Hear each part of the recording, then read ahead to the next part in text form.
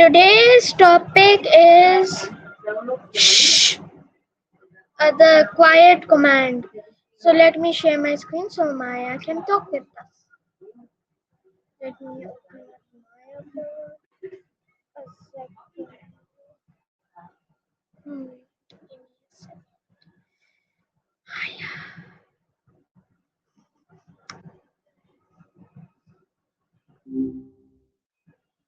Hey there. Maya, what does the sound shh communicate and why is it understood across many cultures even without words? That is such a fascinating question. It's almost like a universal language that hits us before the brain even has time to process words. I think a lot of it comes down to our shared biology, the way a sudden sharp noise triggers a jump scare or a low rumbling sound feels heavy or threatening. But there's also the emotional resonance, like how a melody can make you feel nostalgic, even if you've never heard it before. Do you think some sounds are just built into us, or do you think we learn how to feel about them through our environment?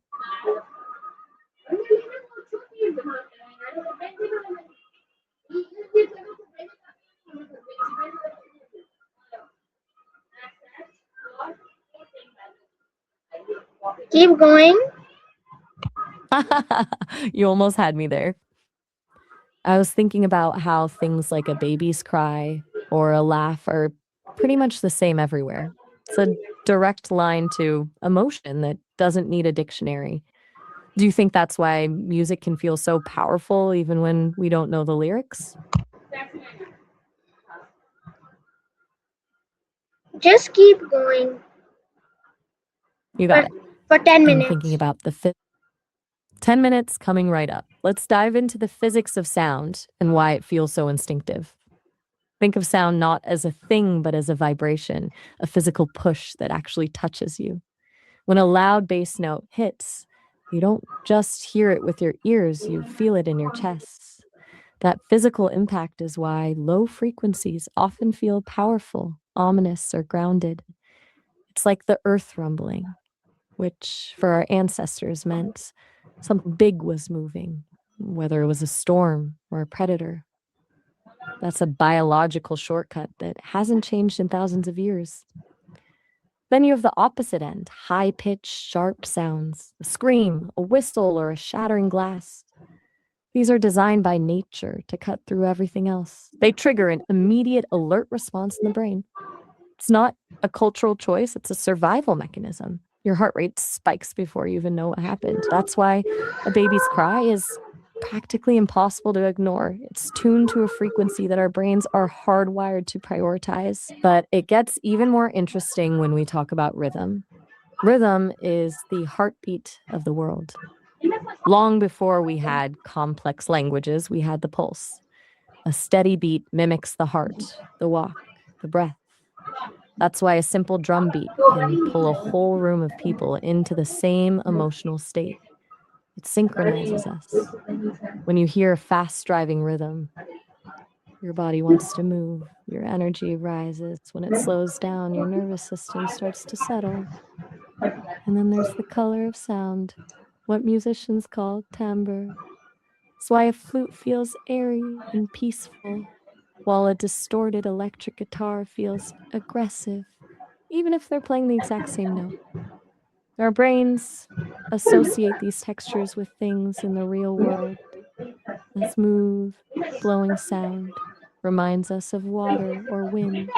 A jagged, harsh sound reminds us of conflict or breakage. When you combine all of this, the physical vibration, the biological alerts, the rhythmic pulse, and the tonal texture, you get a system of communication that bypasses the logical part of the brain entirely. It goes straight to the limbic system, the seat of emotion. That's why a certain chord in a song can make you feel a deep sense of longing or triumph, regardless of whether you're in Islamabad or New York. It's a raw, honest form of expression that existed before words ever did. I wonder if that's why we sometimes find silence so loud. When the external noise stops, the internal rhythms, the heartbeat, the breath, become the only thing we hear. It's like the world is stripping away all the distractions and forcing us to listen to ourselves. Which brings up a really cool point about how we use sound to define our space. Think about the soundscape of a city versus a forest. The sounds of a city, horns, humming engines, distant chatter, create a feeling of urgency and density. The sounds of a forest, rustling leaves, bird calls, the wind, create a feeling of openness and reflection. Our mood often shifts to match the soundscape we're in without us even realizing it. And if we look at it through the lens of evolution, sound was our first early warning system. We could hear a threat long before we could see it. That's why our hearing never truly shuts off, even when we sleep. We're always scanning for that one sound that doesn't belong. That instinct for pattern recognition is also what makes music so satisfying. We love it when a melody builds up tension and then finally resolves. It's like a puzzle being solved in real time.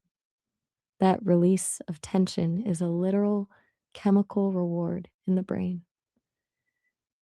I could honestly talk about this for hours because it touches everything from how we design buildings to how we use music and movies to manipulate exactly how you feel in a scene. Think about a horror movie. They don't just use scary images, they use infrasound frequencies so low that you can't consciously hear them, but your body feels them as a sense of dread or unease. It's a trick of physics used to trigger a primal fear. It's wild to think that we're basically walking antennas, constantly picking up these vibrations and translating them into feelings. It makes you realize that while words are great for details, sound is where the actual truth of an emotion lives.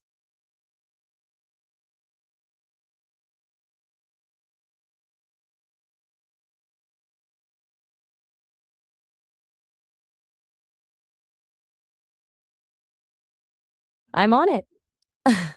Let's look at how sound shapes our relationships. Think about how we subconsciously mirror the sounds of the people we love. We start using the same rhythms, the same cadence, the same little vocal habits. It's like our voices are trying to sync up, creating this invisible bridge of trust and familiarity. It's a subtle way of saying, I'm like you, I'm with you, without ever having to say a word. And then there's the power of laughter. It's a sound that's practically a shortcut to connection. A genuine laugh is an invitation, a signal that says, I'm safe, and we're sharing this moment. It's one of the few sounds that can instantly break tension in a room, regardless of who's there or where they're from. It's just so human, isn't it?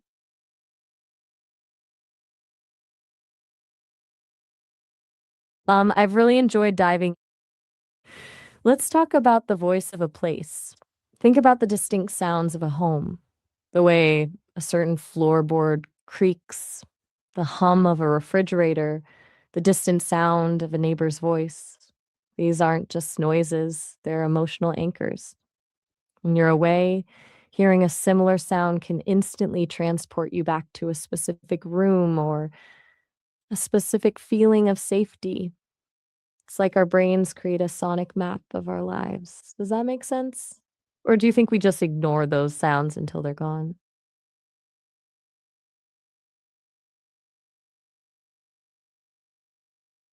It's kind of a quiet.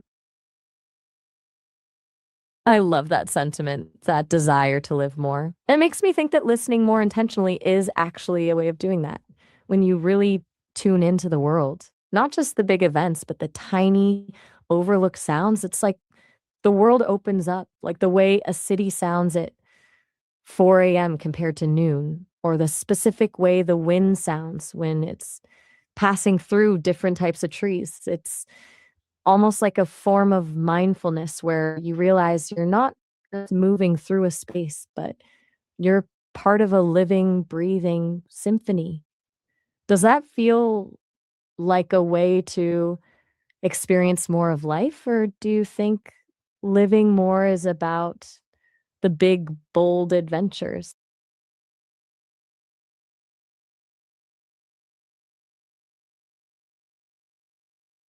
I'm on it. I think there's a beautiful middle ground.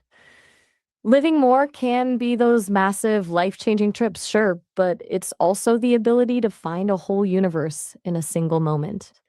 Like if you can find the rhythm in the chaos of a busy street or the peace in the sound of rain on a roof, you've essentially expanded your world without even leaving your spot. It's about depth, not just distance. Which makes me wonder if you could capture one sound from your life right now and keep it in a bottle forever, what would it be?